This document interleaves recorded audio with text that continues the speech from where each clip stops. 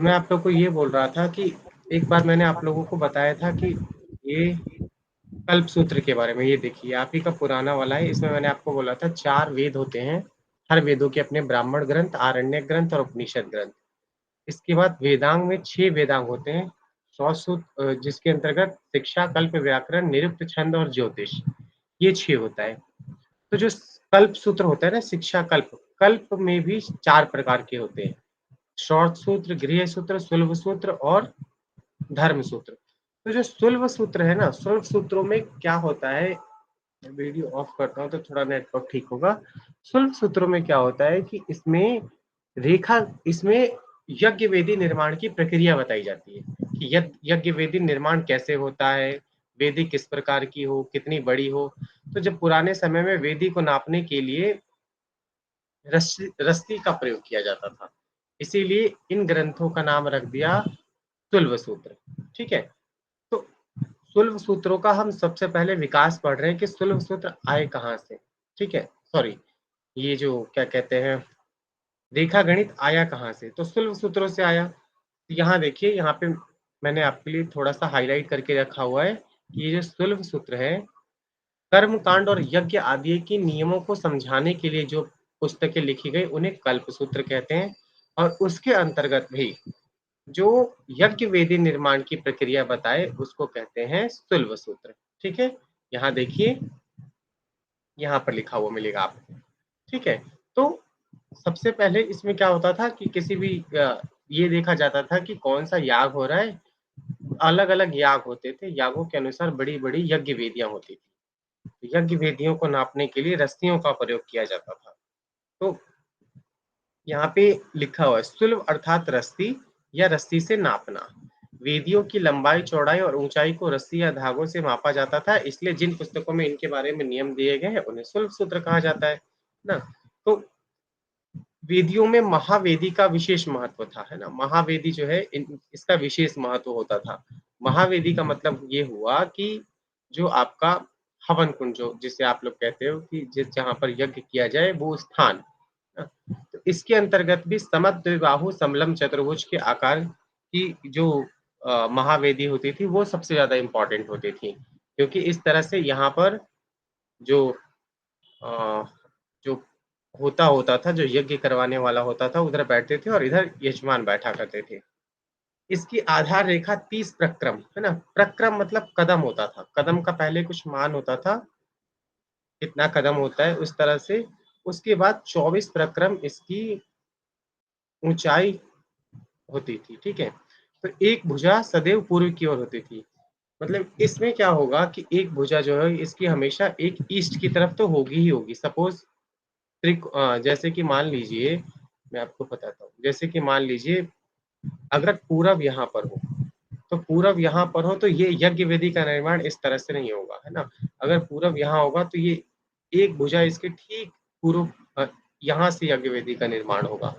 ठीक है, इस साइड ऐसे इस शेप में नहीं होगा कि पूरब इस दिशा में जा रहा है या पश्चिम इस दिशा में जा रहा है, नहीं। या तो पूरब इधर होगा या इधर होगा या इस तरफ होगा या इस तरफ होगा। तो एक इसकी दिशा पूरब में होनी ही चाहिए। ठीक है, पूरब पश्चिम की ओर इस तरफ करके नहीं होनी चाहिए। चलिए आगे देखते हैं। सुलभ सूत्रकार ने महावेदी के निर्माण के 4 तरीके, जो सुलभ प्रमेय है ना, पाइथागोरस प्रमेय पर आधारित है। पाइथागोरस प्रमेय से आप लोग भली भांति परिचित है। आज विद्यालय का कोई भी विद्यार्थी इस वेदी को आसानी से बना सकता है। वेदों के अध्ययन की कई शाखाएं थी, हर शाखा अपने अपने वेदांग ग्रंथों की रचना थी। ये सब मैंने आपको पहले ही बता दिया। वर्तमान समय में अब सुलभ सूत्रों का अगर मैं आपको बोलूं कि सुलभ सूत्र कितने होते हैं, तो इसका कोई ऐसा मान नहीं है कि सुलभ सूत्र कितने होते हैं। लेकिन हो सकता है हमें किसी स्थान पर कल मिल जाए, हो सकता है। जैसे कि अभी कुछ समय पहले मैं आपको एक वाराणसी वाला एग्जांपल बताता हूँ। सॉरी, वाराणसी नहीं, केरल का। केरल में एक संस्कृत के आचार्य हैं, उनको कुछ पांडुलिपियां मिली, लगभग 1905 के आसपास की बात है। तो उन्होंने जब उसको पढ़ा तो उनको ये पता चला कि ये पांडुलिपि भास की लिखी हुई नाटक है ना। तो भास जो है ये कालिदास ने अपने ग्रंथों में भास के बारे में लिखा है। अपने मंगलाचरण में, लेकिन उनके ग्रंथ मिलते नहीं थे। तो इसका मतलब क्या हुआ कि अगर भास के ग्रंथ मिल नहीं रहे तो इसका मतलब ये तो नहीं भास नहीं है। उसी तरह से जब उनके ग्रंथ मिले तो उनके ग्रंथों को मलयालम लिपि में मिले वो, तो उनके ग्रंथों को प्रकाशित करवाया गया। प्रकाशित करवाने के बाद लोगों को ये पता चला कि ये तो कालिदास के पूर्व के हैं, जिनके बारे में कालिदास ने अपने ग्रंथ में भी बताया है। ठीक है? तो उसी तरह से वर्तमान समय में भी अगर मैं आपको बोलूँ कि हमारे पास 8 ये जो है सुलभ सूत्र हैं, तो इसका मतलब ये नहीं कि 8 ही सुलभ सूत्र हैं, इतने हमें उपलब्ध हैं। हो सकता है कोई अंग्रेज ले गया हो उठा करके, या कोई किसी दूसरे लिपि में भारत के किसी गाँव में अभी भी किसी स्थान में हो, या कभी किसी धरती के नीचे से कहीं से कुछ निकल जाए। तो ये जो हमारा रिकॉर्ड है ये लगभग पिछले 100 डेढ़ 100 सालों के आधार पर ही बनाया गया है। तो सुलभ सूत्र अभी हमें 8 प्राप्त होते हैं। ठीक है? ये अलग-अलग वेदों के सूत्र हैं, सुलभ सूत्र हैं। आगे देखिए, बौधायन, आपस्तम्ब, कात्यायन आदि इन सुलभ सूत्रों के लेखकों के नाम है ना? तो इन्होंने कहीं-कहीं इनमें लेखक मिले होंगे इनके नाम के अंत में, तो उनके नाम पे ही इन सुलभ सूत्रों का नाम दे दिया गया। ठीक है? इन सुलभ सूत्रों में वेदी बनाने के नियम लगभग एक से ही हैं, है ना? सब में लगभग एक जैसा वेदी बनाने का नियम है। इन 8 सुलभ सूत्रों में बौधायन जो है वो सबसे प्राचीन माना जाता है। ठीक है? ये यजुर्वेद का सुलभ सूत्र है और ये सबसे प्राचीन सुलभ सूत्र माना जाता है। बौधायन, कात्यायन आदि के जीवन के बारे में कोई जानकारी हमें प्राप्त नहीं है। ठीक है? अब सवाल ये है कि सुलभ सूत्र लिखे कब लिखे गए? है ना? अगर मान लीजिए वेदों का अगर हमसे ये पूछा जाए वेद कब के हैं, तो वेदों का भारतीय जो मत है, हम लोग भारत के लोग हम ये मानते हैं कि वेद किसी ने लिखे नहीं। ये अपौरुषेय हैं, अपौरुषम वाक्यम वेदः, है ना? ये अपौरुषेय मतलब किसी पुरुष की कल्पना नहीं है। इनको इनको ये हम बोलते हैं कि ये जो है स्वयं भगवान के मुख से उद्धृत हुए हैं। तो अगर हम ये मान रहे हैं, फिर भी अगर इसका समय निकालने की कोशिश की जाए, तो हम ये मान सकते हैं वर्तमान समय से 4000 या 6000 वर्ष पूर्व, 6000 वर्ष पूर्व तो है ही, लेकिन कई लोग इसको लाखों वर्ष पूर्व भी मानते हैं। तो अगर हम इतना 6000 भी अगर हम मान लें मिनिमम कि 6000 वर्ष पूर्व में वेद लिखे गए होंगे, तो वेद के कई हजार नहीं, कई सौ सालों बाद ब्राह्मण ग्रंथ लिखे गए। ब्राह्मणों के बाद आरण्यक ग्रंथ, फिर उपनिषद ग्रंथ, उपनिषद के बाद वेदांग ग्रंथ में के अंतर्गत शैल्व सूत्र आता है। इस शैल्व सूत्रों में क्योंकि रेखा गणित के नियम है, तो इसको आधार बना कर के इसको लगभग 300 ईसा पूर्व के आसपास का माना जा सकता है। ठीक है? आजकल अच्छा देखिए, अब हम ये पढ़ेंगे कि ये रेखा गणित शब्द आया कहाँ से? इसको इंग्लिश में ज्योमेट्री बोलते हैं, आप लोग जानते ही हैं। तो आजकल का ज्यामिति शब्द यूनानी के ज्योमेट्री शब्द से बना है। पुराने ज़माने में हमारे देश में ज्यामिति को रेखा गणित कहते थे, है ना? यूनानियों ने मिस्र और बेबीलोन वालों से ज्यामिति और ज्योतिष का ज्ञान प्राप्त किया था। ईसा पूर्व 7वीं 6वीं शताब्दी के यूनानी विद्वान थेल और शिष्य पाइथागोरस ने यूनान में ज्यामिति की नींव रखी। ठीक है? तो ये सारा जो है, ये सारी कहानी आप लोग स्वयं से पढ़ लेंगे कि कैसे इसकी उत्पत्ति हुई, कैसे इसका नाम रेखा गणित पढ़ा पड़ा। उसके बाद हम ये देखते हैं कि संस्कृत के ग्रंथों में, हमारे भारतीय ग्रंथों में रेखा गणित की चर्चा कहाँ-कहाँ की गई है और इसके नियम क्या-क्या हैं। ठीक है? चलिए। तो हमारे देश में देश के आर्यभट्ट, ब्रह्मगुप्त, भास्कर आदि महान गणितज्ञों ने रेखा गणित के क्षेत्र में बहुत से कार्य किए। इस दिशा में उल्लेखनीय प्रगति की, है ना? असल में यूक्लिड की ज्यामिति में कई गुण हैं। उसमें धर्म अथवा कर्मकांड यज्ञ की बातें हैं। यूक्लिड ने तर्कशास्त्र के नियमों से बड़े ही आसान ढंग से ज्यामिति को रचा है। इसलिए आज भी सारे संसार में ज्यामिति का अध्ययन उसी के ढंग से होता है। ठीक है? होगा क्योंकि वो वर्तमान समय में ज़्यादा तर्कसंगत है। चलिए, आगे बढ़ते हैं। यहाँ पर देखेंगे कि बोधायन में क्या लिखा गया है ना, इसके नियम के बारे में क्या लिखा है। दीर्घ चतुरस्र स्यात् रज्जुः पार्श्वमानी त्र्यंगमानी च यत् पृथक भूते कुरु तद उभयम करोति, है ना? अर्थात दीर्घ चतुरस्र का मतलब ये है जिसकी चारे की चारे भुजाएं जो है वो इसमें से जिसमें दो जो है वो दीर्घ हो। तो ये हो गया आयत। आक्षण्य रज्जु, ये हो गया कर्ण, है ना? कर्ण। और इस पर बना क्षेत्र जो है वर्ग, वो पार्श्वगामी आधार अथवा तिरंगानी लंब। अच्छा, ये आपको ऐसे समझ में आएगा, ये नियम बता रहे हैं एक। थोड़ा सा इसको डाउन करता हूँ।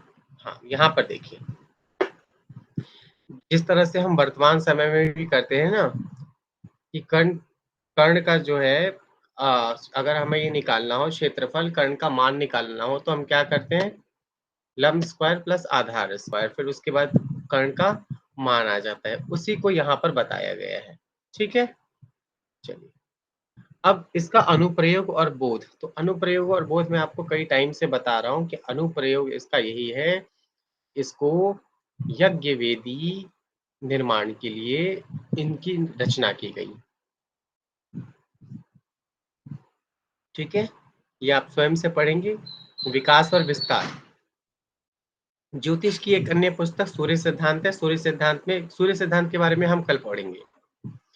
मैंने कल की कक्षा में भी सूर्य सिद्धांत के बारे में थोड़ा सा बताया, लेकिन डिटेल में हम कल पढ़ेंगे। सूर्य सिद्धांत में विविध गणितीय संक्रियाओं का वर्णन है। आधुनिक त्रिकोणमिति का आधार भी सूर्य सिद्धांत के तीसरे अध्याय में विद्यमान है। ज्या, उत्क्रमज्या एवं कोटिज्या को प्रभाषित किया गया है। यहाँ ध्यान देने योग्य बात यह है कि ज्या शब्द अरबी में जैब से बना है, जिसका लैटिन रूप साइनस हो गया। बाद में यही साइनस जो है वर्तमान में साइन बन गया है ना। तो सूर्य सिद्धांत में साइन का मान दिया गया है 10 1/2, लेकिन वर्तमान समय में इसका मान ये नहीं है ना। वर्तमान समय में इसका मान डिफरेंट आता है। अगर नीचे नीचे देखेंगे तो इन्होंने इसको सॉल्व करके कहीं दिखाया होगा। देखिए यहाँ पर। तो आगे देखते हैं। इसके बाद महाराजा श्रीगुप्त द्वारा स्थापित गुप्त साम्राज्य पूरे भारतीय उपमहाद्वीप में फैला था। सन 320-350 में मध्य इस साम्राज्य में ज्ञान की हर विद्या में महत्वपूर्ण आविष्कार हुए। अच्छा, ये सारा मैं आप पढ़ नहीं रहा, मैं आपको कुछ इम्पोर्टेंट यहाँ से बताता हूँ, और जहाँ समझाने वाला होगा वहाँ साथ-साथ में समझाते चलूँगा। ठीक है? अब जो है इन्होंने क्या किया, आर्यभट्ट ने 121 श्लोकों की रचना की, 4 पाद बनाए, गीतिका पाद, गणित पाद, कालकृपा नहीं कालक्रिया पाद, ये करेक्शन कर दीजिए, एवं गोल पाद। ठीक है? इसके बाद प्रथम खंड में अंक विद्या का वर्णन है। द्वितीय एवं तृतीय खंड में बीजगणित, त्रिकोणमिति, ज्यामिति का वर्णन है। उन्होंने पाई का 4 अंकों तक शुद्ध मान ज्ञात किया था, है ना? 3.1415 यहाँ। आर्यभट्ट के कार्यों को भास्कराचार्य ने इसको आगे बढ़ाया। उन्होंने आर्यभट्टियम भाष्य लिखा, जिसका नाम उन्होंने आर्यभट्टियम भाष्य और एक लघु भास्कर, ये 2 ग्रंथों की रचना की उन्होंने। इसके बाद कुट्टक स्वामी आए। नहीं, कुट्टक नहीं, भारतीय महाभास्करीय में कुट्टक समीकरणों की विवेचना की गई है। भास्कर की स्मृति में द्वितीय भारतीय उपग्रह का नाम भास्कर रखा गया है ना। ये आप हम लोग जानते हैं, जो हमारा सेकंड सैटेलाइट था उसका नाम जो हमारे भास्कर आचार्य थे उन्हीं के नाम पे भास्कर रखा गया।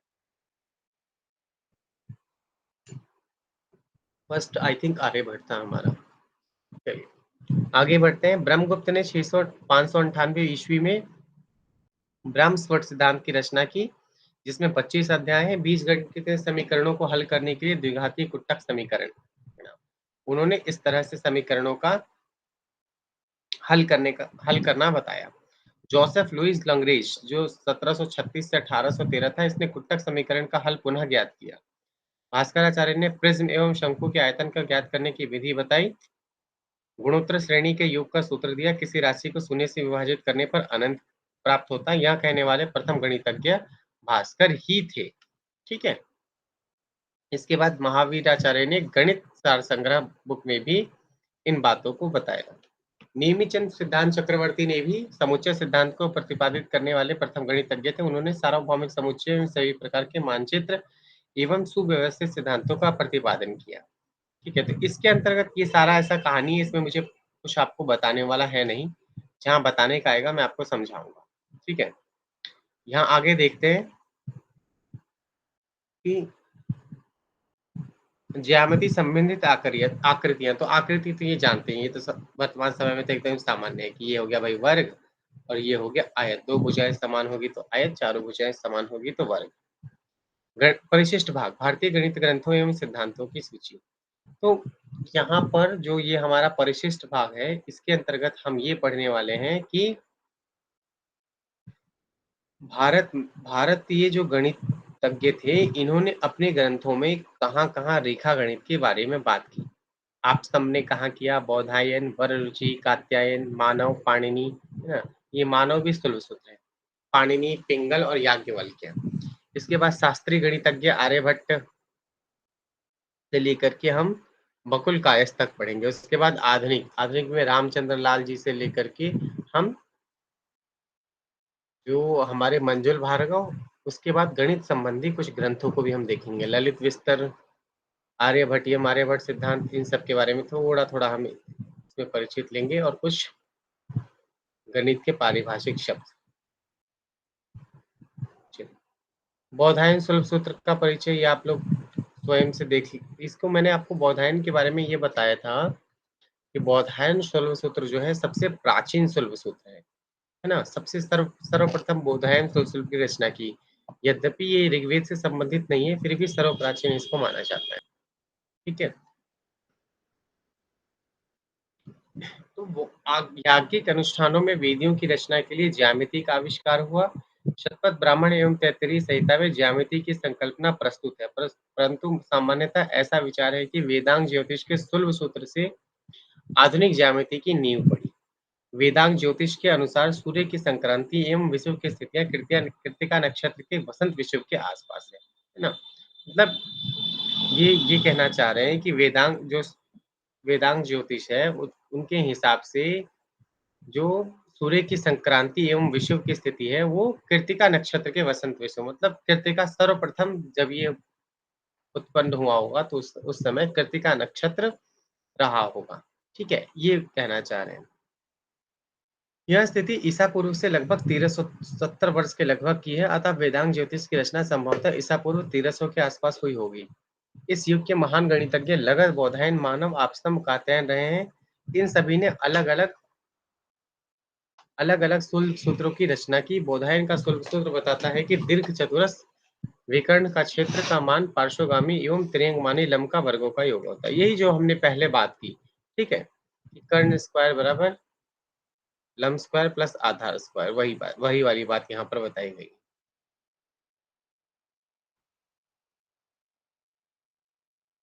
इस तरह से हम करते हैं ना, a square plus B square is equal to C square. अब इसको यहाँ पे सॉल्व करके दिखाया गया है ना कि यदि हम कर्ण की लंबाई c और अन्य भुजाओं की लंबाई a और b मान लेते हैं ना, यही वाली बात यहाँ पे की गई। इसको अगर आप c मान लेते हैं और इसको b मान मान लेते हैं और इसको a मान लेते हैं, तो उन्होंने बताया गया कि इसको इस प्रकार से लिखा जा सकता है। यह समीकरण समकोण त्रिकोणों को की तीनों भुजाओं के बीच एक सरल संबंध प्रदान करता है। इस प्रमेय का सामान्यीकरण कोज्या नियम कोसाइन रूल कहलाता है। इसकी सहायता से किसी भी त्रिकोण की तीसरी भुजा की लंबाई की गणना की जा सकती है यदि शेष दो भुजाओं की लंबाई उनके बीच के कोण की माप दी गई है ना। तो इसके अलग-अलग नियम होते हैं। सपोज इसमें अगर हमें c का मान निकालना हो तो बी स्क्वायर प्लस ए स्क्वायर का जो मान होगा वही c का मान हो जाएगा। ठीक है। सूत्रों की व्याख्या देखिए। शल्ब सूत्र में बौधायन का शल्ब सूत्र सबसे प्राचीन माना गया है। इन शल्ब सूत्रों का रचना समय 1200 से 1800 ईसा पूर्व माना गया है। बौधायन के शल्ब सूत्रों में गणित की अनेक प्रमेय और विधियां विद्यमान है, जिनमें पाइथागोरस प्रमेय, 2 के वर्गमूल का सन्निकट मान आदि प्रमुख है। अपने एक सूत्र में बौधायन ने समकोण त्रिभुज के विकर्ण के वर्ग का नियम दिया है। जैसे दीर्घस्याक्षणया रज्जुः पार्श्वगामी तिर्यंगवाणी च यत् पृथक्कते कुरु तत् उभयां करोति। मतलब एक आयत के विकर्ण पे बना वर्ग उतना ही क्षेत्र बनाता है जितना कि उसकी लंबाई और चौड़ाई पर बने वर्ग मिलकर के बनाते हैं। ये कहना चाह रहे हैं कि सपोज एक आयत लिया, ये आयत, ठीक है, ये एक हमने आयत मान लिया। वो कह रहे हैं कि इसका जो है आयत पे बना जो वर्ग उतना ही क्षेत्र बनाता है जितने की उसकी लंबाई और चौड़ाई पर बने वर्ग मिलकर के बनाएंगे। ठीक है। यही नियम जो है हमारा वर्तमान समय में पाइथागोरस प्रमेय भी कहलाता है। स्पष्ट है कि इस प्रमेय की जानकारी भारतीय गणितज्ञों को पाइथागोरस से पहले ही थी। ठीक है। आगे देखिए, चतुरस्रम मंडलम, ये जो है क्षेत्रफल के बारे में आगे बताया गया है। बौधायन में किस तरह से इसको क्षेत्रफल निकालते हैं और त्रिभुजों के और उसको चतुर्भुजों के नाम भी यहाँ पर दिए गए हैं कि आयत के विकर्ण एवं दूसरे को समद्विभाजित करते हैं, ठीक है।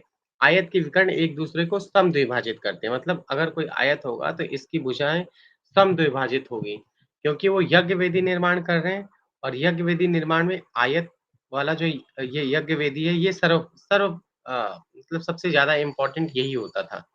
तो इसी नियम को बताते हुए ये कह रहे हैं कि भाई इसके जो विकर्ण होंगे एक दूसरे को समद्विभाजित बराबर-बराबर विभाजित करेंगे। अगर यहाँ पर हम 10 मीटर ले रहे हैं तो इधर भी 10 मीटर लेंगे। इधर 5 ले रहे हैं तो इधर भी 5 लेंगे, ये कहना चाह रहे हो।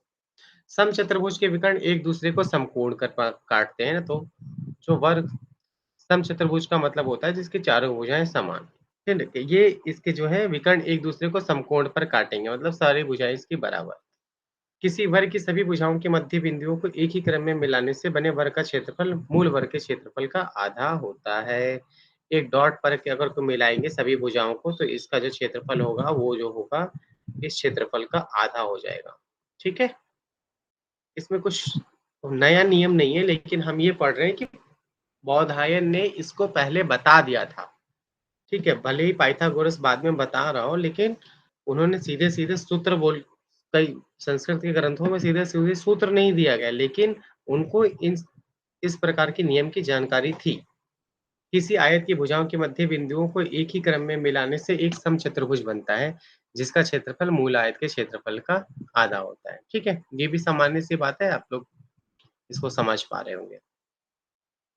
अब ये ध्यान रखने वाली बात है, ये मोस्ट इम्पोर्टेंट है, ये हमारे पाठ्यक्रम से संबंधित है। ये कह रहे हैं कि आयत और वर्ग पर विशेष बल दिया गया है, इसका कारण यज्ञ की भूमिका वेदी बनाने में इसका विशेष उपयोग होता है ना? यह वास्तुशास्त्र और शिल्प शास्त्र का एक विशेष पक्ष है। ठीक है? आगे देखिए, भारत में पाइथागोरस गोरियन त्रिक सुलभ सूत्र, इसी को सुलभ सूत्र को पाइथागोरियन त्रिक बोला गया। तो ज्यामिति का उद्भव भारत में यज्ञ वेदी का निर्माण करने के संदर्भ में हुआ था। तुल्व सूत्र भारत की प्राचीन रचनाएं हैं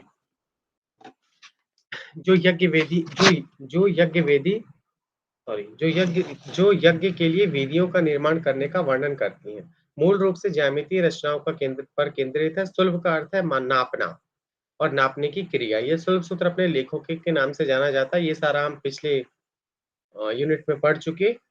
बौधायन का सुलभ सूत्र, इनमें बौधायन का सुलभ सूत्र सबसे प्राचीन माना गया है और अपने एक सूत्र में बौधायन ने विकर्ण के वर्ग का नियम दिया है ना, कि वर्ग का नियम क्या होता है। तो एक आयत का विकर्ण उतना ही क्षेत्र इकट्ठा करता है जितने की इसकी लंबाई और चौड़ाई अलग-अलग बनाती है ना। ये सामान्य सी बात है। अगर आयत होगा तो उसकी लंबाई और चौड़ाई जितना बनाएगी वही उसका क्षेत्रफल हो जाएगा। यही स्पष्ट है कि इस प्रमेय की जानकारी भारतीय गणितज्ञ को पाइथागोरस से पहले थी। दरअसल इस प्रमेय को बौधायन पाइथागोरस प्रमेय कहा जाना चाहिए, लेकिन कहा नहीं जाता। प्राचीन भारतीय गणित की चर्चा बिना सुलभ सूत्र के अधूरी रहेगी। सुलभ सूत्र वैदिक समय यही सबसे इम्पोर्टेंट पार्ट है आपका।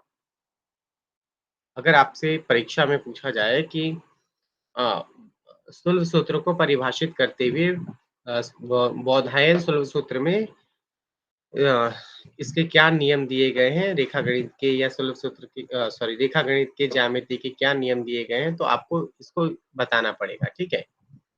सुलभ सूत्र वैदिक समय के साहित्य से संबंध रखते हैं। सुलभ सूत्र के नाम से ही स्पष्ट होता है नापने का नियम। लंबाई रस्सी से नापी जाती थी, इसीलिए सुलभ शब्द को रस्सी के लिए प्रयोग होने लग गया, है ना? मतलब सुलभ का मतलब पहले रस्सी नहीं होता था। सुलभ का मतलब होता था नापने का कोई नियम। लेकिन बाद में नापने के नियम होता था, इसीलिए रस्सी को भी सुलभ बोला जाने लगा। बौधायन विश्व के प्रथम ज्यामितज्ञ हुए। उन्होंने ज्यामिति ज्ञान को वैदिक यज्ञ के वेदियों के निर्माण के संदर्भ में विकसित किया था। उन्होंने सुलभ सूत्रों के माध्यम से रेखा पृष्ठ मापन यंत्र तथा मापक का अन्वेषण किया था।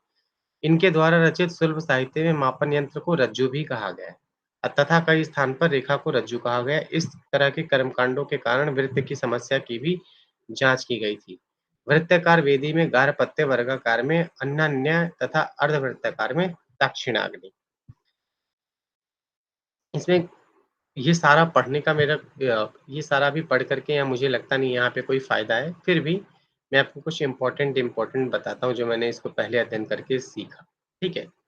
तो ये आप जानते हैं वृत्ताकार, वर्गाकार, वृत्ताकार इस तरह की जो है य यह क्या कहते हैं यज्ञ स्थान हुआ करते थे, ठीक है?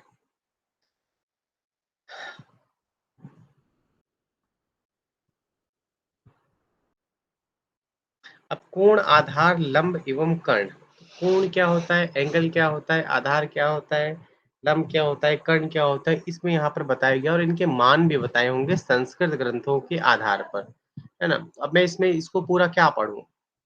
आपको पता ही है कि फिर भी चलिए देखते हैं कि किस तरह से संस्कृत ग्रंथों में कोणों के मान के बारे में क्या कहा गया है, कुछ नया अवश्य मिलेगा। ज्यामिति बहुत ही व्यापक और अनेक क्षेत्रों में उपयोग की विद्या है, जिसे हम जाने अनजाने में उपयोग करते रहते हैं। दूसरे शब्दों में जितनी भी संभव आकृतियां हैं, सभी ज्यामितीय आकृतियां हैं। जब उन आकृतियों को लेखा जोखा होने लगता है तो वहां ज्यामिति आ जाती है। चाहे यह यज्ञ वेदी का निर्माण हो, भवन हो, सड़क हो, कुआं हो, कोई भी अगर आकृति होगी तो वहां पर ज्यामिति होगा। और आकृति का क्षेत्रफल निकालेंगे तो ज्यामिति के क्षेत्रफल के नियम उस पर अप्लाई होंगे, उस पर लागू होंगे। तो यहाँ विभिन्न विभिन्न आकृतियां कुछ आपको दी गई है, ठीक है?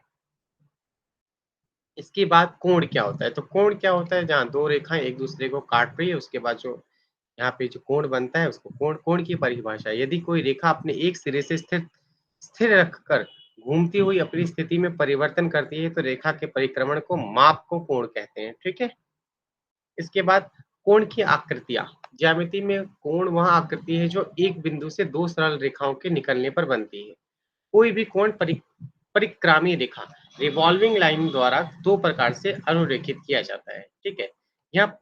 यह जो है परिक्रामी रेखा वामावर्तन है ना, एंटी क्लॉकवाइज होता है, एंटी क्लॉकवाइज जो है वो मूव करती है, ठीक है? तो इस प्रकार से बना कोण जो है वो पॉजिटिव होता है और जो क्लॉकवाइज घूमेगी वो क्या होता है, उस कोण को कहते हैं निगेटिव कोण, ठीक है? धन एवं ऋण दोनों में को की राशियों को आगे प्लस और माइनस है ना, धन और ऋण संस्कृत में प्लस के लिए धन शब्द का प्रयोग किया जाता था और माइनस के लिए ऋण शब्दों का प्रयोग किया जाता था। तो जहां पर बढ़ता था वहां पे प्लस लगाते थे, जहां पे घटता था वहां पर माइनस लगाते थे। अब कोण कितने प्रकार के होते हैं वो यहाँ पे बताया गया है। सपोज एक सीधी लाइन होगी तो 0 डिग्री का होगा, है ना? न्यून कोण जिस कोण में का मान 0 से बड़ा हो और 90 से छोटा हो उसको न्यून कोण कहते हैं, ठीक है? मतलब 90 एंगल से छोटा होना चाहिए बट 0 एंगल से बड़ा होना चाहिए, 0 नहीं होना चाहिए। समकोण वो होता है, समकोण का मतलब ये हो गया जिस कोण का माप 90 डिग्री होगा, लेफ्ट साइड राइट साइड दोनों हो सकता है। अधिक कोण क्या होता है, अधिक कोण मतलब 90 डिग्री से बड़ा, 180 डिग्री से छोटा। सॉरी, एक सेकंड। उसके बाद बृहद कोण होता है 180 डिग्री से बड़ा और 360 डिग्री से छोटा हो। पूर्ण कोण क्या होता है, 360 डिग्री का जो कोण होता है वही पूर्ण कोण होता है। कोटि पूरक कोण या पूरक कोण, दो कोणों का योगफल अगर 90 हो तो उन्हें कोटि पूर्ण। अगर आप लोगों ने इसको इंग्लिश मीडियम से पढ़ा है तो हिंदी में पढ़ने में आपको थोड़ी सी मेहनत करनी पड़ेगी। नियम वही है जो आपने पहले इसको अंग्रेजी भाषा में पढ़ा है, ठीक है? यहाँ कोई ऐसा अलग से नियम नहीं है ट्राइंगल का, सारे जो है एंगल वही है जो आप लोगों ने पढ़े हुए हैं, बस यहाँ पे इनके नाम बताए गए हैं। और ये यहाँ ये बताया जा रहा है कि ऐसे ऐसे नियम, ऐसे नाम संस्कृत ग्रंथों में भी उपलब्ध है, ठीक है? अब त्रिभुज और समकोण त्रिभुज, तो त्रिभुज के बारे में भी आपको पता ही है, मतलब समबाहु, विषमबाहु और समकोण तीन प्रकार के त्रिभुज होते हैं, मतलब जिसके तीनों एंगल अगर तीनों ये समान होते हैं तो ये होता है समबाहु। विषमबाहु ये होता है जिसमें इसकी तीनों भुजाएं जो है वो सारे अलग अलग हो। और समकोण में क्या होता है, दो एंगल, दो लाइन मिल करके ये 90 डिग्री का एंगल बनाती है, उसको समकोण कहते हैं। ये सब भी आप लोग जानते हैं। समकोण त्रिभुज के तीन विशेष भुजाएं, लंब, आधार एवं वर्ग, ये भी वही नियम है, पाइथागोरस प्रमेय इसको कहा जाता है। वर्तमान समय में भी हम इनका उपयोग करते हैं, ठीक है? जैसे देखिए, त्रिकोणमिति गणित की वह शाखा है जिसमें त्रिभुज और त्रिभुजों से बनने वाले बहुभुजों का अध्ययन होता है। त्रिकोणमिति का शाब्दिक अर्थ है त्रिभुज का मापन, है ना? त्रिकोणमिति का मतलब है त्रिभुज को नापना, अर्थात त्रिभुज की भुजाओं का मापन। त्रिकोणमिति गणित का वह भाग है जिसमें त्रिभुज की भुजाओं का मापन अध्ययन किया जाता है। त्रिकोणमिति में सबसे अधिक महत्वपूर्ण यह है कि समकोण त्रिभुज का अध्ययन, जो समकोण होता है जिसकी तीनों भुजाएं समान है उसका अध्ययन सबसे मोस्ट इम्पोर्टेंट होता है। त्रिभुजों में बहुभुजों की भुजाओं की लंबाई दो भुजाओं के बीच कोणों का अध्ययन करने का मुख्य आधार यह है कि समकोण त्रिभुज की किन्हीं दो भुजाएं आधार लंब कर्ण का अनुपात उस त्रिभुज के कोणों के मान पर निर्भर करती है। अच्छा, इसको इसको इस तरह से पढ़ करके आपको समझ में नहीं आएगा, मैं इसको आपको उदाहरण के साथ समझाता हूँ। देखिए, एक सेकंड। यहाँ देखिए, यहीं पे स्क्रीन पे कर लेते हैं, यहाँ इसके नियम भी देख लेंगे। ठीक है, समकोण त्रिभुज की भुजाओं कर्ण लंब आधार की लंबाई के आपस में अनुपातों को त्रिकोणमितीय अनुपात कहा जाता है। तीन प्रमुख त्रिकोणमितीय अनुपात है ना, ये तीन प्रकार से होते हैं। आप इसको ए बी सी भी नाम दे सकते हैं। ठीक है, तो ज्या है ना बराबर लंब स्लैश कर्ण है ना, कोश जो है वो आधार स्लैश कर्ण, और स्पर्श स बराबर लंब स्लैश आधार। बाकी तीन अनुपात ऊपर के अनुपातों का व्युत्क्रम, मतलब इसका उल्टा होता है। ठीक है, सेम ये, लेकिन ये समकोण त्रिभुज में अप्लाई होगा। ठीक है, आगे देखिए, इसको आपको कुछ इंग्लिश नेम भी दिए गए हैं। कोण जैसे ज्या को बोलते हैं साइन, कोज्या कोज, इसको कोसाइन, स्पर्शज्या इसको टैन, विज्या इसको कोसेक, और व्यू कोज्या इसको सेक, और व्यू स्पर्शज्या इसको बोलते हैं कॉट। ठीक है, ये आप सारे ये आप इसमें ट्रिकोनोमेट्री में आप पढ़ते ही हैं। ठीक है, यहाँ संस्कृत में, क्योंकि हम संस्कृत के ग्रंथों का अध्ययन कर रहे हैं, इसीलिए यहाँ आपको ये सारे शब्द संस्कृत के शब्दों में ही मिलेगा। हम दूसरा तरीका बता रहे हैं जो बौधायन प्रमेय के आसार है। अगर कर्ण का मान निकालना होता है, हम यहाँ एक ट्राइंगल बना लेते हैं सबसे पहले, थोड़ा सा ही, ये ये देखिए, यहाँ पे हमने ट्राइंगल बना लिया। अब अगर हमें कर्ण का मान निकालना है, सपोज इसका हमें मान निकालना है, तो हम क्या क्या करेंगे, हम लंब स्क्वायर प्लस आधार स्क्वायर, मतलब इसका जो मान होगा उसको स्क्वायर करके, आर का जो मान होगा इसको स्क्वायर करके, तो वो हमारा कर्ण का मान आ जाएगा। ठीक है, आगे बौधायन प्रमेय में यह भी स्पष्ट किया गया है कि किसी भी कोण के लिए ज्या और कोज्या का धनात्मक मान 0 और a के बीच ही हो सकता है। ठीक है, भारतीय गणितज्ञों ने त्रिकोणमिति के क्षेत्र में अत्यंत महत्वपूर्ण योगदान किया। ये सारे इंपॉर्टेंट चीजें यही आपके इस वाले से जो हमारा भारतीय रेखा गणित हम पढ़ रहे हैं ब्लॉक 1, यही ब्लॉक 1 का यही सबसे इम्पोर्टेंट पार्ट है।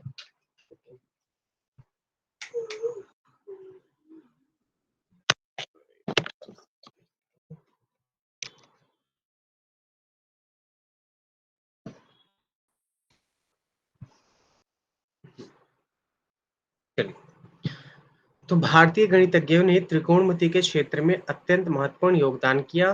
तो इसके अंतर्गत कल हम पढ़ेंगे कुछ आचार्यों को, लेकिन आज हम उनके ये पढ़ लेते हैं कि किस तरह से उन्होंने अपने ग्रंथों में इसका नाम दिया। तो आर्यभट्ट ने सबसे पहले 476 ईस्वी में अपने आर्य सिद्धांत नामक ग्रंथ में सबसे पहले ज्या मतलब साइन के बारे में, कोसाइन के बारे में, और साइन कौशिक की परिभाषा और त्रिकोणमिति का जन्म हुआ, मतलब इन्होंने ही सबसे पहले बताया। वस्तुतः आज प्रयुक्त साइन और कोसाइन आर्यभट्ट द्वारा परिभाषित ज्या और कोज्या के ही बिगड़े हुए अपभ्रंश है। अपभ्रंश का मतलब होता है बिगड़ा हुआ रूप। बिगड़ा हुआ रूप का मतलब ये है कि शब्दों का बिगड़ा हुआ रूप, पहले उसी का नाम जो है ज्या था, बाद में वो साइन बन गया। ठीक है, और जो कोज्या था वही बाद में जाकर के कोसाइन बन गया।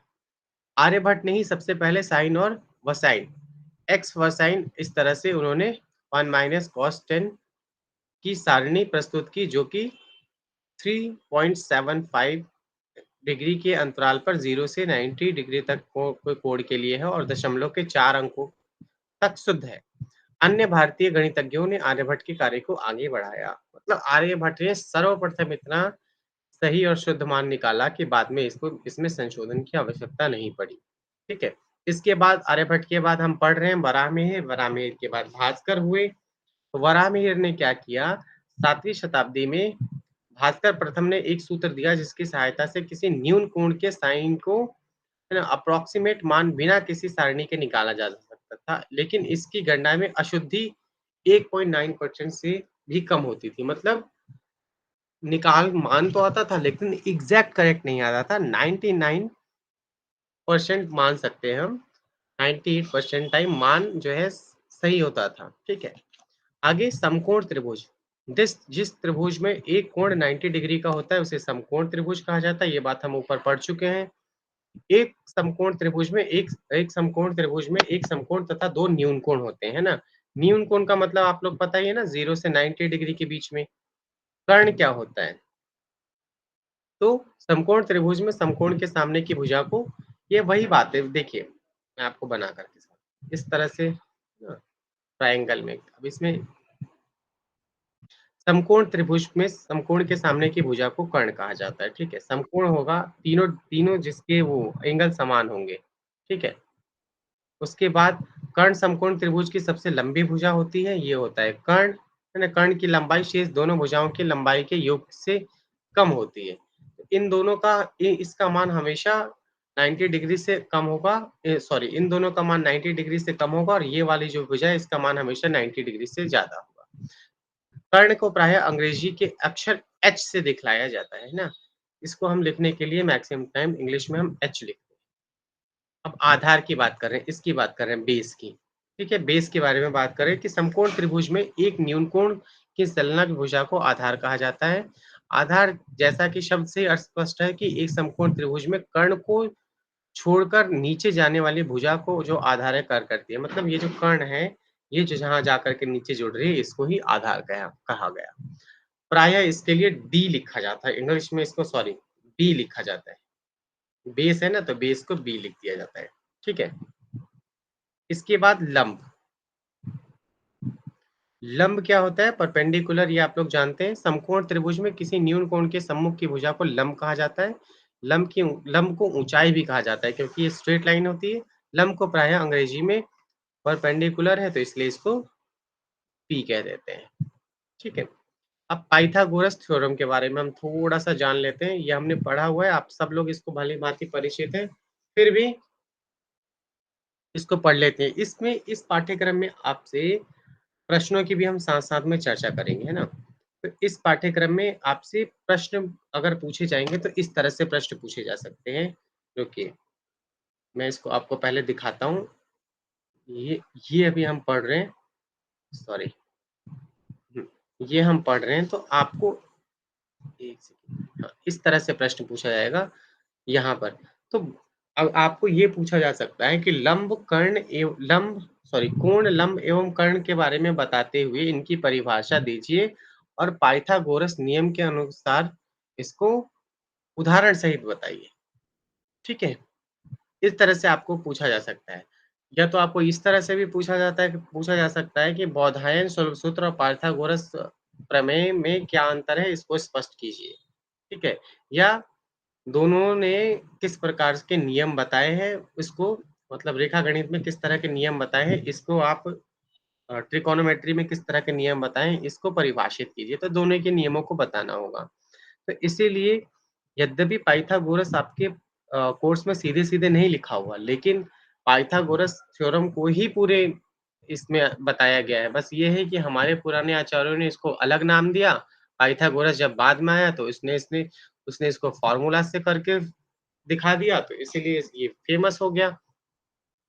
अब पाइथागोरस प्रमेय एक समकोण त्रिभुज की भुजाओं के बीच संबंध को दर्शाता है। पाइथागोरस प्रमेय के अनुसार क्या होता है, कर्ण जो है ना, ये कर्ण जो है अगर इसका मान निकालना हो, इसका मान कितना होगा, तो इसको लंब स्क्वायर और प्लस आधार स्क्वायर, ठीक है? वही h का मान अगर हमें निकालना होता है तो p square plus b square जो भी उसका मान आएगा, वो आपका माना जाएगा कर्ण का। देखिए, तो ये सब भी आप जानते हैं, इस नियम को भी आप जानते हैं, इसे भी आपने पढ़ा होगा। क्लास 7th-8th में ये इस तरह के मैथ्स को पढ़ाया जाता है ना? तो कर्ण क्या होता है? तो लंब स्क्वायर प्लस आधार स्क्वायर, और अगर हमें लंब निकालना है तो कर्ण स्क्वायर, उसमें जितना भी आधार होगा उसको माइनस कर देंगे, और आधार निकालना हो तो जो भी कर्ण में से लंब को माइनस कर देंगे, तो आधार आ जाएगा। अब ये इसको अब यहाँ पे उदाहरण सहित करके दिखाएँगे तो इसमें काफ़ी समय लग जाएगा, और आपको परीक्षा में भी उदाहरण के साथ पूछा नहीं जाएगा। आपको बस पाइथागोरस प्रमेय को पूछते हुए ये भी पूछ सकता है कि कर्ण लंब आधार को परिभाषित करते हुए एक उदाहरण के साथ बताइए, ठीक है? आगे ये देख लेते हैं, इसके बाद ये वाला यूनिट खत्म होगा। त्रिकोणमिति और त्रिकोणमितीय फलनों के अनेकानेक उपयोग हैं। उदाहरण के लिए खगोल विज्ञान में त्रिकोणीयन की तकनीक का उपयोग आसपास के तारों की दूरी ज्ञात की जा सकती है। अच्छा, है ना? कि आसपास के तारों की दूरी ज्ञात की जा सकती है। सपोज़ हम यहाँ से आसमान की तरफ देखते हैं और वहाँ पे जो हमें तारे दिखाई देते हैं, उनमें डिफरेंट एंगल बना करके हम उनका मान निकाल सकते हैं। इसी तरह भूगोल में त्रिकोणीय द्वारा भू चिन्हों, लैंडमार्क के बीच की दूरी भी निकाल सकते हैं, है ना? जैसे कि मैप से हम लोग करते हैं। उपग्रह की सहायता से नौवहन में त्रिकोणमिति अत्यंत उपयोगी है। अन्य शब्दों में यह कहा जा सकता है कि जो दूरियां सीधे नहीं मापी जा सकती या जिन्हें सीधे मापना अत्यंत कठिन है, उन दूरियों की गणना ज्यो ज्यो त्रिकोणमिति की सहायता से अत्यंत शुद्धता से की जा सकती है। इसके लिए अत्यंत सरलता से मापे जा सकने वाले कुछ अन्य दूरियों के कोण को मापने पड़ते हैं। उदाहरण के लिए, अब देखिए इसको समझिए। उदाहरण के लिए अगर किसी वृक्ष की ऊंचाई सीधे मापना कठिन हो, तो धरातल पर स्थित किसी बिंदु से उस वृक्ष की जड़ तक की दूरी, है ना? और उस बिंदु से वृक्ष के शिखर का कोण का माप लिया जाता है। ठीक है? सपोज़ यहाँ पर अगर पेड़ होगा इस तरह से, है ना? तो यहाँ से इसकी दूरी, है ना? और इसकी हाइट क्या है? ये माप लिया जाता है। ठीक है? मान उसके बाद अ हुँ। किसी बिंदु से उस वृक्ष की जड़ तक की दूरी तथा उस बिंदु से उस वृक्ष के शिखर का माप लिया जाता है, तो त्रिकोणमितीय गणना द्वारा बड़ी आसानी से हम इसको, फिर ये एक ट्रायंगल बन गया, फिर इसकी ऊँचाई को ज्ञात कर सकते हैं। इसी तरह यदि आप किसी नदी के किनारे खड़े हो और उस नदी की चौड़ाई जानना चाह रहे हो, तो इसके लिए भी सपोज़ इसके लिए भी हम त्रिकोणमिति की सहायता ले सकते हैं ना। मान लीजिए कि कोई नदी है, इस तरह से अगर हम यहाँ पे खड़े हैं और हम ये जानना चाहते हैं तो इसकी चौड़ाई क्या है? ना, तो इस तरह से हम 2 एंगल बना लेंगे और इससे हम इसका मान ज्ञात कर लेंगे। ठीक है? आप मंदिर के ठीक सामने नदी के इस किनारे पर खड़े होकर उसके शिखर का उन्नयन कोण माप सकते हैं। फिर नदी के इस किनारे से कुछ दूरी तक 100 मीटर चलने के बाद वहाँ मंदिर के शिखर का उन्नयन कोण माप लीजिए। इन दोनों कोणों की दूरी ज्ञात होने पर नदी की चौड़ाई आसानी से निकल जाता है। या तो मंदिर या तो आप जहाँ खड़े हैं उस स्थान से भी मापन कर सकते हैं। इस यूनिट में हमने जो पढ़ा उसका सारांश रूप में यहाँ पे लिखा हुआ है। कोणों के बारे में बताया गया है। आगे अंतिम है हमारा वृत्त। तो वृत्त के बारे में आप लोग जानते ही हैं, वृत्त क्या होता है? वृत्त होता है सर्कल, ठीक है? तो वृत्त की परिभाषा के बारे में हम पढ़ेंगे, कितने प्रकार के वृत्त होते हैं, संस्कृत ग्रंथों में कितने वृत्त के बारे में बताए गए हैं, उनको हम पढ़ेंगे। अब देखिए, ज्यामिति एवं त्रिकोणमितीय आकारों से परिचित करवाना, इस आधार पर ज्ञान की ये शाखाएँ अपना विस्तार करती है। ज्यामिति बहुत ही व्यापक और अनेक क्षेत्रों में उपयोग की विद्या है, जिसे हम जाने-अनजाने में उपयोग करते रहते हैं। दूसरे शब्दों में जितनी भी संभव आकृतियाँ हैं, वही जो हमने पहले पढ़ा, वही बात यहाँ पे बताई जा रही है। चाहे वो यज्ञवेदी हो, भवन हो, सड़क हो, तालाब हो, ये सब एक ज्योमेट्रिकल जो है, एक ग्राफिक्स है ना? आकृति है। वृत्त की परिभाषा के बारे में क्या कहा गया है कि किसी एक निश्चित बिंदु से समान दूरी पर स्थित बिंदुओं का बिंदुपथ वृत्त कहलाता है ना? यह निश्चित बिंदु वृत्त का केंद्र कहलाता है। सपोज़ यहाँ पर हम खड़े हैं, उसके बाद कुछ अगर यहाँ पे डॉट्स हैं, अलग-अलग आपको दिख रहे हैं, तो ये सारे ये जो है एक सर्कल बन जाएगा। वृत्त एक साधारण बंद वक्र होता है जो समतल के 2 क्षेत्रों में विभाजित करता है। ये एक आंतरिक और एक बाहरी, ठीक है? वृत्त एक प्रकार का शंकु परिच्छेद होता है जिसकी उत्केंद्रता शून्य होती है, अर्थात नियता समतल में अनंत पर स्थित होती है। यह एक वृत्त को एक विशेष प्रकार के दीर्घवृत्त के रूप में भी परिभाषित किया जा सकता है, जिनमें दोनों नाभियाँ होती हैं। और देखिए, ये सब पढ़ने की ज़रूरत नहीं है। ये मतलब इसमें कुछ नया नहीं है। आपको ये हम ये देखेंगे कि संस्कृत आचार्यों ने इसकी क्या परिभाषा दी है। जैसे कि यूक्लिड का तो है, यूक्लिड ने क्या कहा, ये इम्पोर्टेंट है। तो यूक्लिड कहता है कि एक वृत्त जो है एक रेखा से घिरा हुआ एक विमीय समतल होता है और किसी निश्चित बिंदु से लेकर रेखा तक खींची गई सभी रेखाएं बराबर होती है ना? इस बंध रेखा से परिधि इस निश्चित बिंदु को वृत्त का केंद्र कहा जाता है। ठीक है? वृत्त क्या होता है? सर्कल। और अर्धवृत्त जो है सर्कल का हाफ। अब वृत्त के अंग, इसके अंदर क्या-क्या इसकी जो है इसके पार्ट्स हो सकते हैं एंगल के। तो वृत्त की परिधि का कोई भी भाग आर्क कहते हैं इसको इंग्लिश में, और जो बीच में जो सेंटर होता है उसको सेंटर कहते हैं, है ना? जहाँ से सारी दिशाओं का माप जो है बराबर होता है उसको ही हम सेंटर कहते हैं। जीवा, एक रेखाखंड जो वृत्त पर स्थित किन्हीं 2 बिंदुओं को मिलने पर बनता है ना? सपोज़ किसी भी 2 डॉट को मिला देंगे क कहीं से कहीं, ये सारे छोटे-छोटे डॉट ही तो है ना? तो यहाँ से यहाँ तक ये इस तरह से बना देंगे, तो ये बन जाएगी जीवा। परिधि क्या होता है? वृत्त के चारों ओर के वक्र की लंबाई, ये पूरा इसका जो इसकी लंबाई होती है इसको कहते हैं परिधि। व्यास क्या होता है? डायमीटर। यह एक रेखाखंड के जिनके अंत बिंदु वृत्त पर स्थित होती है, जो केंद्र से गुजरता है या वृत्त के किन्हीं दो बिंदुओं के बीच की अधिकतम दूरी है। यह वृत्त की सबसे बड़ी जीवा होती है और यह त्रिज्या की दोगुनी होती है। ठीक है, सामान्य सी बात है। अगर यहाँ से इसको बीच से, ये पूरी लाइन व्यास है और बीच से कट कर देंगे तो त्रिज्या। आगे बढ़ते हैं। डिस्क, यह वृत्त से घिरा अंतः समतलीय क्षेत्र होता है। ठीक है, अच्छा यहाँ पे सारे आपको दिखाए ही गए हैं। ठीक है, त्रिज्या रेडियस क्या होता है? ये देखिए यहाँ पे चाप, ये रेड है, आई थिंक आपको दिख रहा हो, थोड़ा सा इसको मैं जूम करता हूँ, है ना। त्रिज्या खंड और वृत्तखंड, इसमें वृत्त को छोटे से पार्ट में डिवाइड कर दिया जाए तो ये हो गया वृत्तखंड। चलिए, वृत्त का क्षेत्रफल कैसे निकाला जाता है?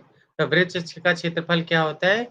पाई इंटू छायांकित वर्ग का क्षेत्रफल। जितना भी अगर हम उसमें एक एंगल बना लेंगे उसका पहले क्षेत्रफल निकाल लेंगे, उसके बाद पाई से मल्टीप्लाई कर देंगे तो उसका क्षेत्रफल आ जाएगा। ठीक है, आगे इसमें वृत्त के प्रकार बताए होंगे। तो वृत्त कितने प्रकार का हो सकता है ना? ये देखिए हम इसके उदाहरण में ही देख लेते हैं।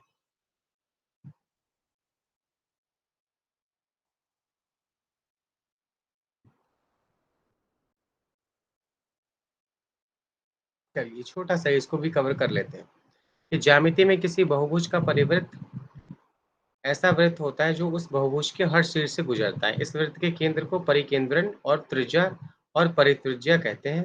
प्रत्येक बहुभुज ऐसा नहीं होता कि उसके लिए परिवृत्त बनाया जा सके, और जिसके लिए परिगत वृत्त संभव होता है, जो उसे वृत्तीय बहुभुज कहा जाता है। सारे समसरल बहुभुज त्रिभुज, आयत और वृत्तीय होते हैं। ठीक है, मतलब जितने भी वो होंगे वो त्रिभुज, आयत और वृत्तीय होंगे।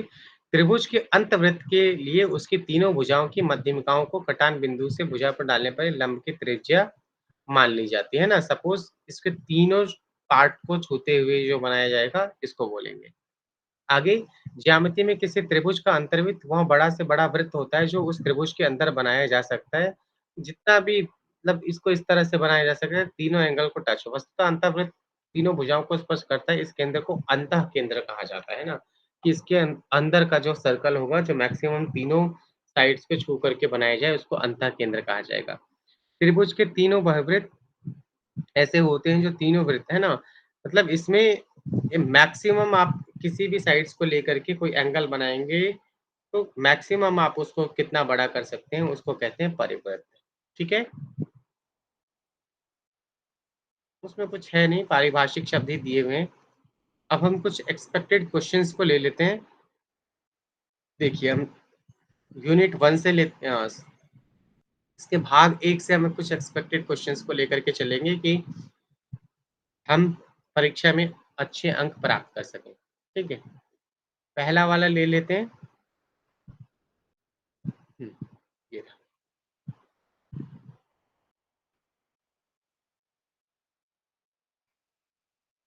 अच्छा, यहाँ इन सबके नाम है, इनके बारे में पढ़ना नहीं था। ये देखिए, आपसे ये पूछा जा सकता है कि भारतीय ज्यामिति का आधार क्या है? शुल्भ का क्या अर्थ है? ठीक है, महावेदी का निर्माण क्या, महावेदी का आकार क्या होता है ना, महावेदी के आकार के बारे में बताया गया था। पाइथागोरस प्रमेय हमारे यहाँ किस सिद्धांत में पहले से विद्यमान था? जो अभी आपको मैं थोड़ी देर पहले बता रहा था, वही बात यहाँ पे भी पूछ दी गई कि पाइथागोरस प्रमेय हमारे यहाँ किस नाम से था? बौधायन में है, आप लोग को पता है, बताया अभी मैंने। तो बौधायन में उसको क्या नाम दिया गया? ठीक है, और दूसरे ग्रंथों में क्या नाम दिया गया? उसके बाद एक ये रहा। यहाँ पे कुछ प्रश्न देखिए, यहाँ पे इस तरह से कुछ प्रश्न पूछा जा सकता है कि शुल्ब सूत्र किस सूत्र का हिस्सा है? ठीक है, किस सूत्र का हिस्सा है आपको पता है? ये कल्प सूत्र का हिस्सा है।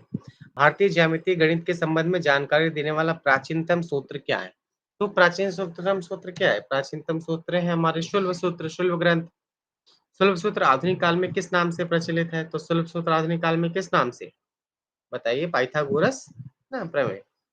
आयत के विकर्ण एक दूसरे को, ये सब सामान्य ही आप कर लेंगे। हम दीर्घ प्रश्नों की चर्चा करेंगे जो कि आपके क्या कहते हैं, आपके असाइनमेंट में भी काम आएंगे। आपको असाइनमेंट भी देना होगा आई थिंक 100 मार्क्स का असाइनमेंट, 100 मार्क्स का पेपर, और जो असाइनमेंट की वेटेज होगी वो 30% और एग्जाम की 70, ऐसा ही होता है।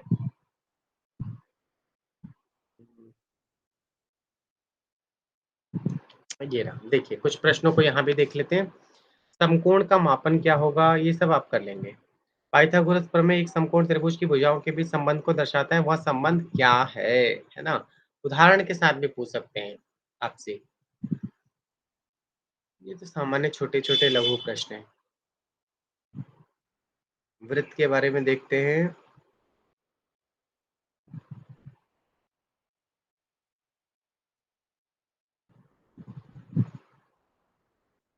हुँ, ये देखिए यहाँ पे। अब इस तरह से केंद्र और परिधि के किसी भी बिंदु के बीच की दूरी को क्या कहते हैं? वृत्त पर स्थित सभी बिंदुओं को समदूरस्थ बिंदु क्या कहलाता है? वृत्त के अंतर्वृत्त के त्रिभुज की कितनी भुजाओं को स्पर्श करती है? ये तो सामान्य प्रश्न है। इसमें लघु प्रश्न बनने की ज़्यादा संभावना आपकी परिभाषा वाले इससे ही है ना? अगर आपसे लघु प्रश्न पूछा जाएगा तो आपसे इस तरह से प्रश्न पूछे जाएंगे। मैंने थोड़ी देर पहले भी आपको एक्सपेक्टेड क्वेश्चंस में बताया था कि आपसे इस तरह से पूछा जाएगा कि भारत में रेखा गणित की व्युत्पत्ति और क्रमिक विकास को बताइए, ठीक है?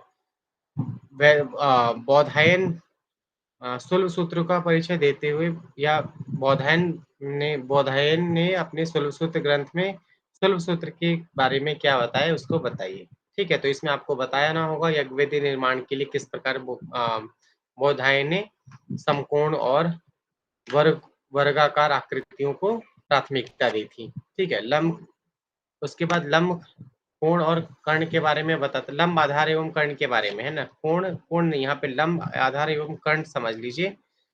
इसके बारे में बताते हुए पाइथागोरस प्रमेय के आधार पे भी इसको उदाहरण सहित बताइए। ठीक है? वृत्त के बारे में पूछना होगा तो ज़्यादा से ज़्यादा ये पूछेंगे कि वृत्त की परिभाषा देते हुए वृत्त कितने प्रकार का हो सकता है, इसको स्पष्ट कीजिए। ठीक है? इस वाले यूनिट में अधिक प्रश्न नहीं बनते, जो कल वाला हमारा भाग होगा, उसमें आपको, जो हम कल पढ़ने वाले हैं, कल कवर जो हम करेंगे, उसमें आपको त्रिकोणमिति में इस तरह से प्रश्न पूछे जाएँगे कि सूर्य सिद्धांत में वर्णित त्रिकोणमिति के बारे में बताइए। आर्यभट्टीय में वर्णित त्रिकोणमिति के बारे में बताइए। प्राचीन भारत में कालगणना सिद्धांत को प्रस्तुत करिए। ठीक है?